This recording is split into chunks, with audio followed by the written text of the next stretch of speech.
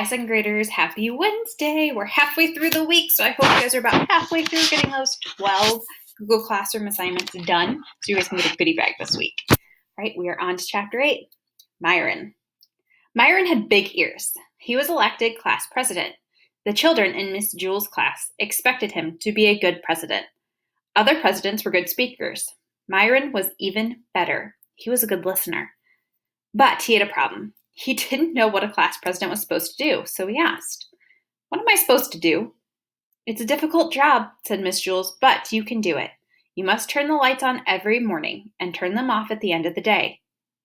"What?" asked Myron. As a class president, you must learn to listen," said Miss Jules. "I'll repeat myself only one more time. You must turn on the lights every morning." "I heard you the first time," said Myron. It just doesn't sound like much of a job."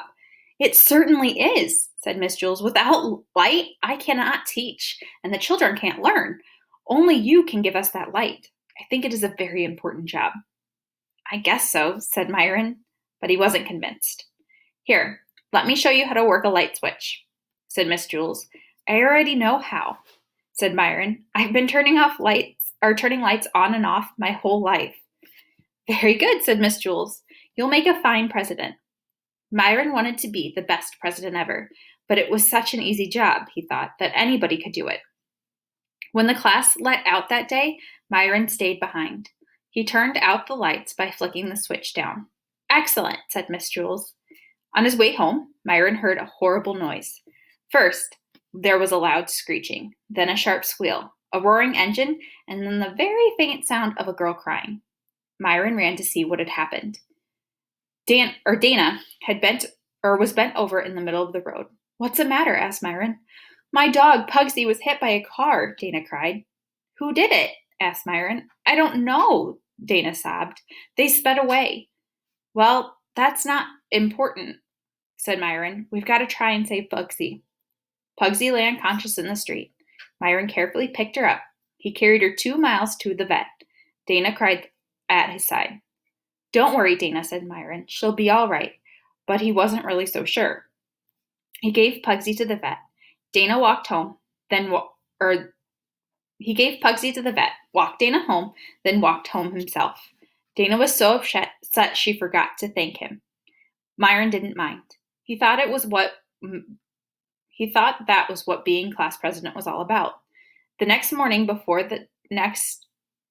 he went to school, Myron went to Dana's house. Pugsy was there. She seemed all right. Dana petted her. Pugsy licked her face. "See, Myron, she's all right," said Dana. "The vet said you brought her in just in time." "Hi, Pugsy," said Myron. He petted her. Pugsy bit his hand.